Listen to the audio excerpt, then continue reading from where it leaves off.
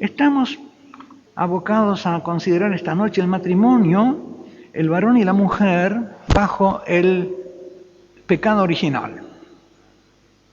El varón fue creado con una destinación laboral, decíamos, al analizar su creación al principio. Es decir, fue creado para trabajar en el paraíso, para cultivar el jardín del paraíso. Es una destinación laboral. La mujer fue creada con una destinación amorosa, espiritual, de amiga del varón. No fue creada para trabajar en el jardín del paraíso, sino para ser la amiga del jardinero. Porque el jardinero estaba solo. Quizá por eso la serpiente habla con Eva y no con Adán. Porque ella es más afín a lo espiritual, a lo angélico, y Satanás, que a pesar de ser un ángel malo, es un ángel caído, malvado, pero ángel, prefiere hablar con ella porque ella es un ser más espiritual. Ya lo habíamos dicho ayer, que incluso hasta la materia de la cual es hecha Eva es más espiritual, porque Adán es amasado del barro y Eva es sacada de una parte de Adán. La materia es la materia humana, no materia inerte. Y a consecuencia de eso, Eva tiene desde el principio una complejidad espiritual mucho mayor. Yo digo, el varón, puesto que está destinado a trabajar el paraíso, que su misión es exterior a él, hacia afuera, hacia el mundo, no tiene la complejidad de alma que tiene Eva, que está destinada a una función espiritual, a ser amiga, maestra de amor y de amistad. Por eso yo comparo al varón con uno de esos Ford viejos que tienen 5 relojitos, ¿no verdad? Y pocas funciones. En cambio, el alma de la mujer es compleja como un tablero de avión Boeing 707, ¿no? ¿Quién entiende eso? Hay que hacer un curso para entenderlo. Y por eso decíamos ayer, instruidos por Dios. En el título de la hojita, ¿recuerdan el texto de San Pablo? Instruidos por Dios para amaros mutuamente. Para que esa diversidad de la mujer no sea para el varón motivo de irritación. ¿A quién las entiende? Y para que la simplicidad del alma del varón no sea un motivo de escándalo para ella, que aprenda también a amar a alguien que no tiene una complejidad de alma tan grande y al cual tiene que enseñarle a escuchar su alma y no aburrirse con lo que ella le dice.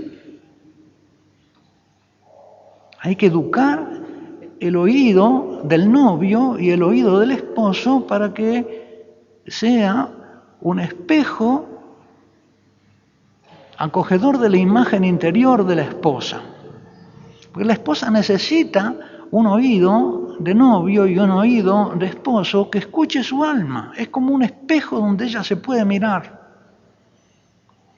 Y así como ella no puede arreglarse sin tener un espejo adelante, tampoco puede acomodar su alma sin mirarse en el espejo del oído de su esposo. Necesita que su esposo la refleje para entenderse para conocer su imagen interior. Necesita verse en la comprensión de su esposo.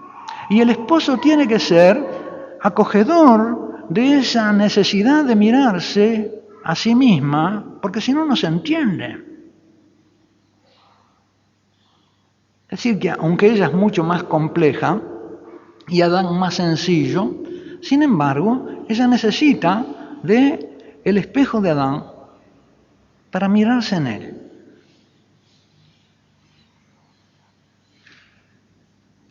La serpiente, entonces, decíamos, habla con la mujer porque ella le es más afín. Yo pienso que a Adán la serpiente lo mira con desprecio, diciendo, ese bicho hecho del barro.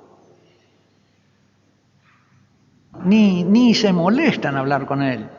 En cambio, con Eva encuentra un interlocutor válido. Y de repente también la posibilidad de convertirla en demonio.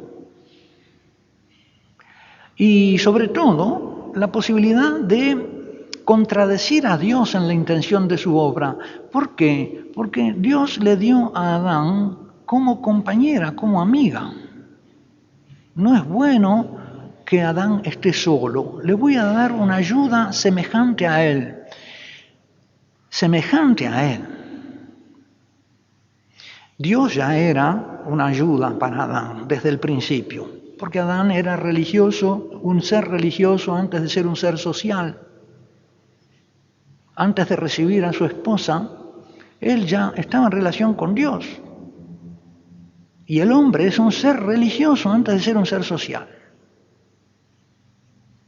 Solo que, es decir, que el carácter religioso del hombre es anterior al ser social, al carácter social. Es cierto que es un ser social, pero es ante todo un ser religioso.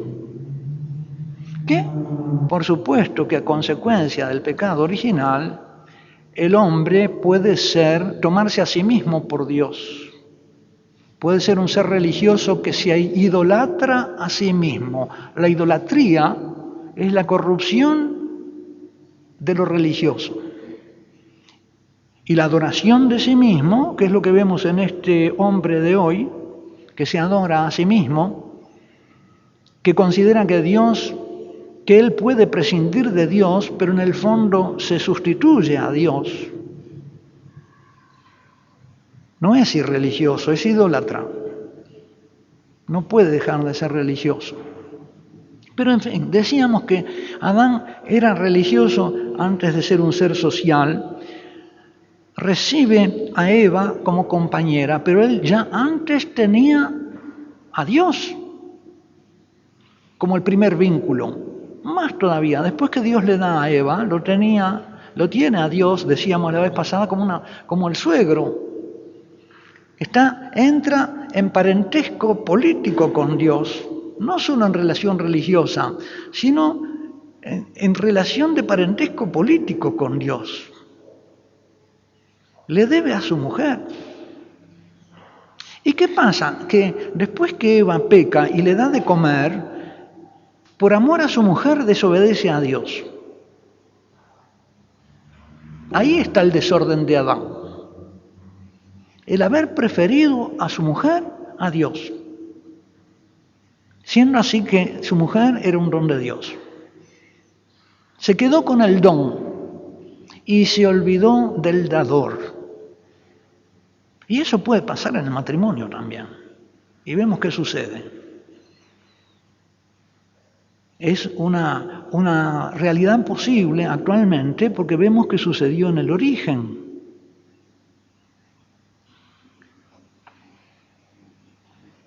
Lo que le promete la serpiente a Eva es en realidad un bien.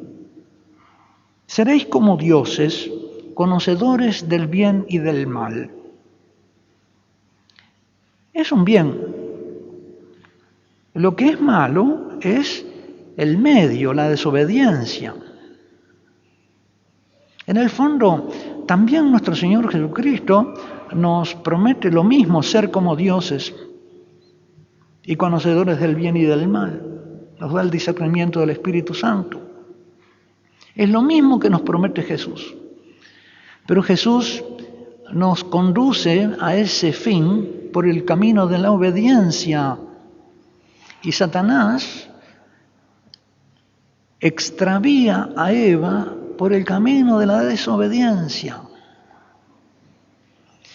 María, que va a ser la madre del obediente, del hijo obediente, es obediente. Hágase en mí según tu palabra. María es la nueva Eva, pero la Eva fiel no se aparta del camino de la obediencia. Precisamente ella no tiene consecuencia del pecado original. Y por eso es la mujer obediente. Y es obediente porque está llena del Espíritu Santo, que va del Padre al Hijo y vuelve del Hijo al Padre, y ella está envuelta en esa corriente de gracia del Espíritu Santo.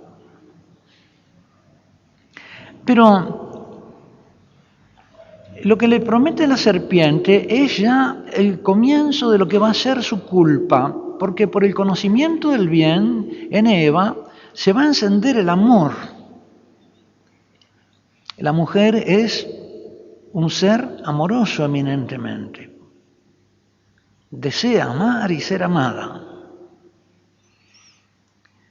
Y por el conocimiento del mal se va a suscitar en su alma tres cosas.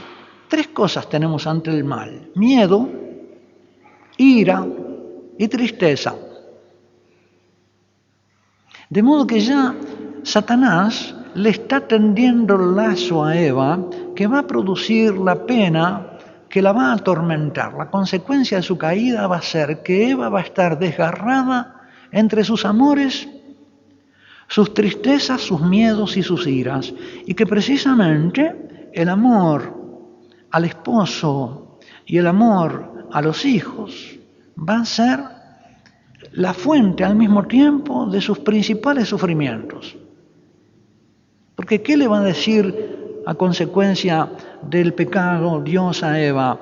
Tu esposo, tu corazón irá hacia tu esposo, pero él te dominará, o se te morirá, o te traicionará, o se te enfermará, ¿verdad? Todas esas cosas que están siempre como sobrevolando el amor esponsal de la esposa, que el marido tarda en venir y qué le habrá pasado, y ¿no es cierto? Ese sobresalto que rodea su amor. Y algo parecido con el amor materno, que es la otra fuente de felicidad del corazón femenino, ¿verdad? Ser madre, los hijos. Darás a luz tus hijos con dolor. Y el dolor no es solo el dolor de la generación o del parto, es también el dolor de los trabajos, ¿verdad? Los cuidados del niño, la dependencia amorosa del niño, el cuidarlo y todas las preocupaciones alrededor de los niños. Hay una cantidad de temores ya desde la que está gestando un hijo alrededor del cómo vendrá, si vendrá bien, si vendrá mal, ¿no es cierto? Las inquietudes que tironean el amor materno.